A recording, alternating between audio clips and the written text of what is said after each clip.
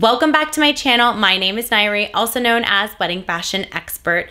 This week, we are talking about a subscriber requested topic on how to be confident and be the best possible bridal stylist for your bride.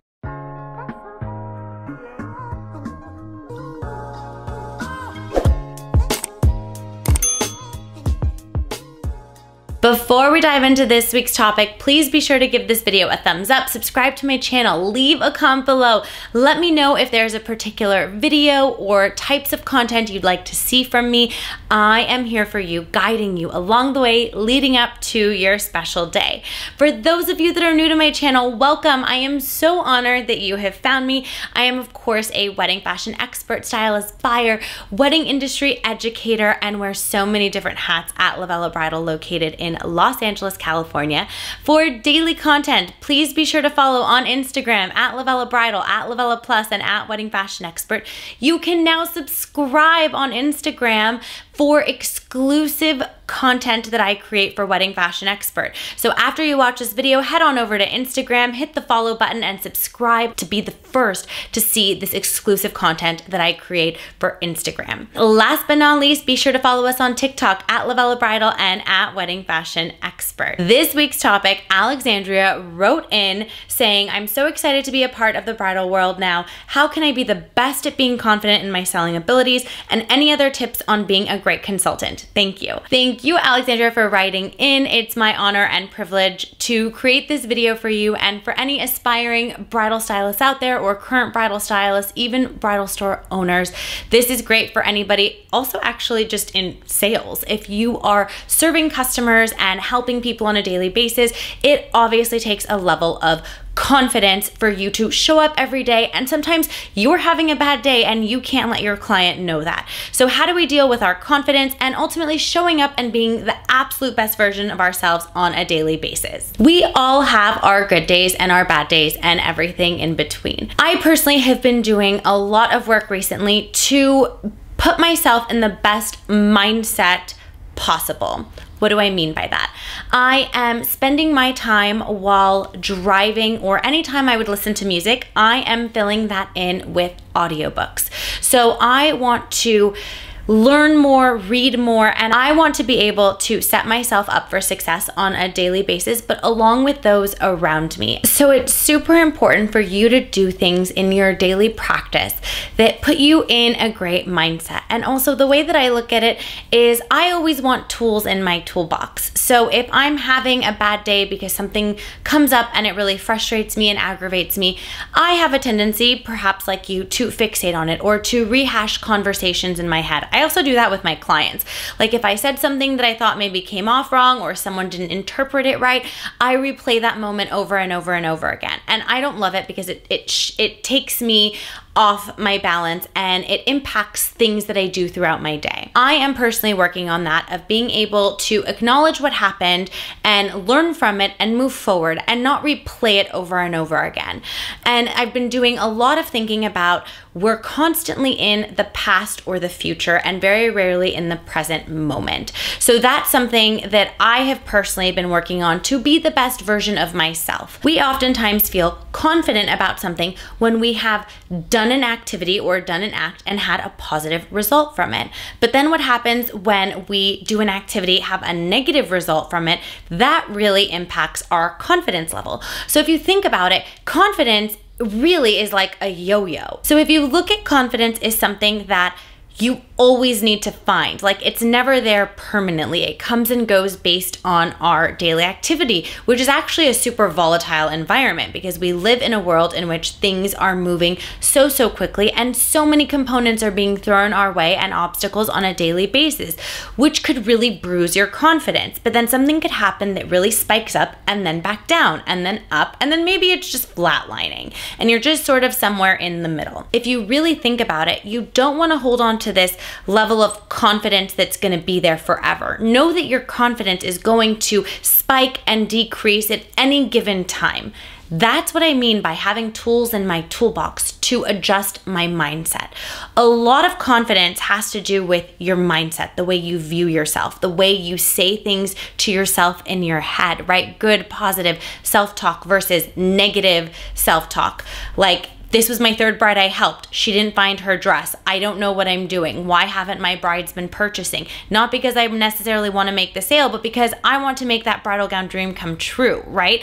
You obviously, of course, want to make a sale. Everybody is showing up to work to make money every day, right? We can't deny that.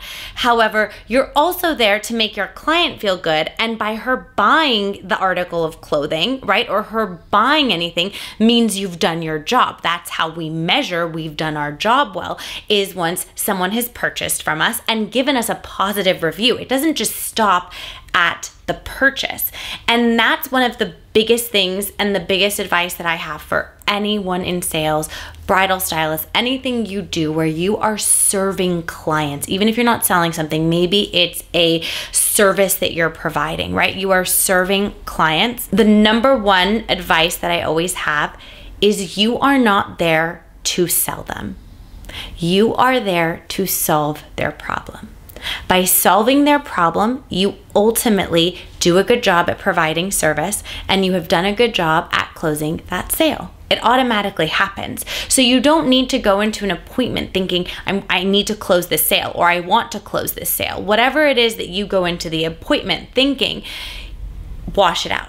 I want you to go in like as if you are a doctor showing up to take care of a patient, right? A doctor-patient relationship is very different from when you look at a relationship of a car salesman or woman and client, right? There is a very different level of emotion, wanting to solve the problem, wanting to help versus wanting to sell. Clients also feel this. And also, I do what I do daily, not because I just want to sell a dress. Of course, that's ultimately what I'm there to do, but I want to be there to create a forever memory for a bride. That's why I got into bridal to begin with. I love fashion, and I could have been in any element of fashion possible. I specifically chose bridal because, one, I love cultures and learning about people's traditions and religions and what people do around the wedding time. Even if they're not religious, I just love learning about different cultures and this idea of, you know, a really beautiful moment in someone's life. It's just so much more meaningful than selling someone a pair of jeans or a shirt or whatever it could have been in fashion, or an evening gown, right? Like an evening gown is amazing, but a wedding dress, now that's the most important article of clothing a woman will ever wear. And I get to do that. I get to help women feel the most beautiful and confident in the most important article of clothing they will ever wear. So if I have helped, let's say 3 to 5 brides and no one's bought a dress, I could easily say that my confidence is in the toilet, right? Because I haven't solved their problem. I haven't served their needs, and I don't feel like I've done a good job because it hasn't ended in the way in which we would measure success of the result of that bride purchasing her dress, of me having found her the dress. So even if I'm on a streak of brides not finding dresses, you need to go in there with that confidence and repeat to yourself, it's like a relationship. You don't want to take in your negative experiences from past relationships or past appointments into new relationships, new appointments.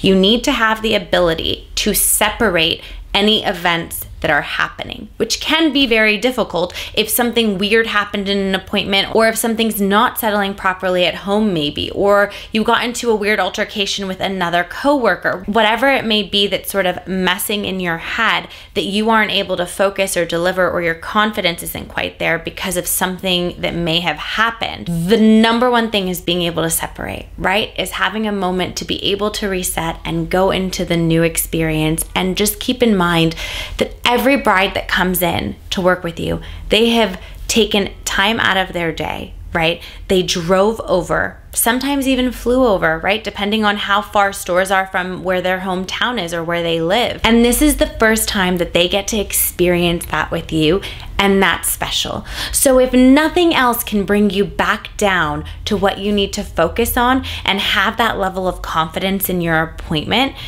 let it be the fact that this is a magical moment in someone's life. You have the ability to create a forever memory and to impact them in one of the coolest ways, I think, definitely biased opinion, possible. And that in and of itself, no matter how exhausted you are from the number of brides you've helped that day, that needs to bring you back to life to deliver not only the dress of their dreams, but the experience and a forever memory that they get to cherish for the rest of their lives. You have the power to do that. What a remarkable opportunity you have.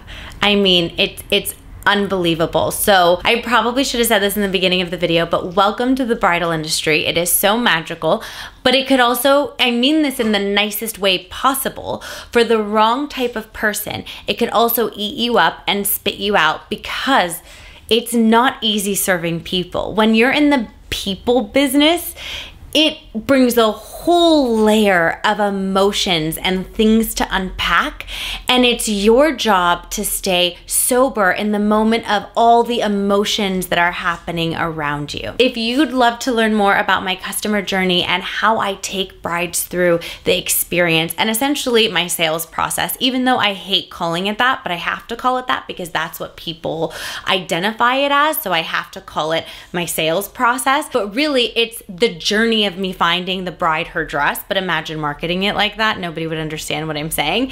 So if you want more information and step-by-step processes on how to navigate this beautifully and how to handle objections that your brides have, and oftentimes objections are that they don't have enough information and you need to ask the right questions to identify how they're making the decision so you're able to help them. It's very difficult for a bride to trust you as a friend or an advisor because they automatically put you in the sales position. So it's your job to ensure and to reassure them that you are there to help guide them and not just sell them something. I have a whole process laid out. There's an online course available for you. It is linked below. It's called my Bridal Stylist Sales Course. Again, had to name it that, but it's so much more than just a sales course.